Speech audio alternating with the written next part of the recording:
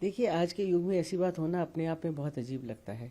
हमने बहुत समय देखा है कानून कितना बदला है, निर्भया के बाद भी कानून बदला गया और यही कहा गया कि जब भी कोई इंसिडेंट्स ऑफ रेप होता है उसको किसी तरीके उसको छूटना नहीं चाहिए, क्योंकि ऐसा गुनाह है जो मतलब लड़की के पूरे शरीर के अलावा उसके दिमाग के ऊपर, समाज के ऊपर एक ये पूरा ऑफेंस है जो ऐसे नहीं छूटना चाहिए। अगर आप कानून की परिभाषा देखें तो उसमें अटेम्प्ट टू रेप का क्या मतलब होता है? अगर रेप फॉर अ मोमेंट मान लिया जाए नहीं है, अटेम्प्ट टू रेप तो देयर इज नो क्वेश्चन की है। सलवार की नाड़ा खोलना, उसके बाद उसके ब्रेस्ट को फॉन्डल करना और उसके बाद उसको ड्रेन की तरफ खींचना, मतलब पूरी कोशिश की गई। हाँ, फाइनल एक्ट अगर हुआ या नहीं हुआ तो ये अटेम्प्ट टू रेप की कैटेगरी में आता है and there is no question कि इसकी पनिशमेंट उसको नहीं मिलनी चाहिए।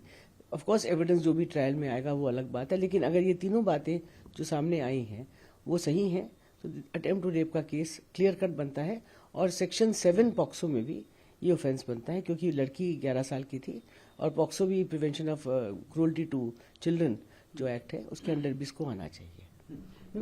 लीगल टेक्निकलिटीज से पूछें तो ये अभी इसको जो समन है उसको मॉडिफाई भी कर दिया गया, क्या ऐसी चीजें हो सकती हैं? समन को मॉडिफाई कर दिया, समन को नहीं देखिए, समन एक्ट में आप समन्स में आप मॉडिफाई नहीं कर सकते। आप समन्स को क्वॉश कर सकते हो अगर आप सही समझे, लेकिन समन्स को आप मॉडिफाई नहीं कर सकते। जब इन्वेस्टिगेशन केस की होती है उसके बाद सेक्शन को मॉडिफाई किया जा सकता है, चार्जशीट के समय में सेक्शन कैन बी मॉडिफाइड, लेकिन अल्टीमेटली आप समन्स की स्टेज पे उसको नहीं कर सकते। फॉर लेसर ऑफेंस आप करके करना अपने आप में गलत है।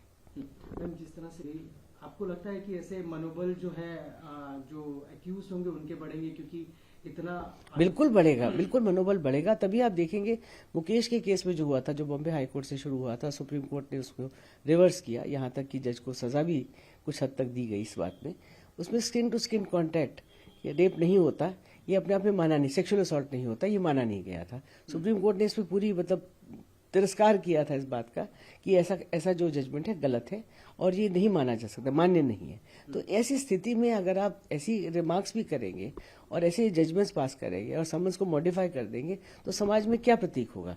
आप जो मनोबल की बात कर रहे हैं, नेचुरली अक्यूज का पूरा मनोबल बढ़ जाएगा कि मैंने तो कुछ किया ही नहीं है, और न केवल ये कि इस सजा से वो मुक्त हो जाए, लेकिन आगे वो ऐसी चीज फिर करे, आई एम सॉरी टू से, बट यही चीज सामने आती है।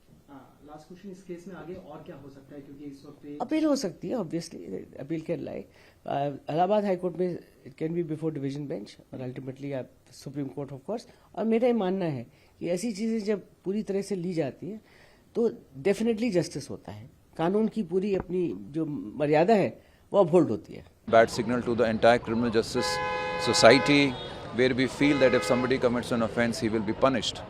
So I think one has to be very, very careful. The courts also have to be a bit cautious of laying down the law. When we talk about high courts and the Supreme Court, and we talk about laying down the law. So high court, a judgment on this point by the high court means the entire state will follow that. Article 141 says to follow the judgments. So therefore we have to be a bit careful, dealing with such sensitive issues.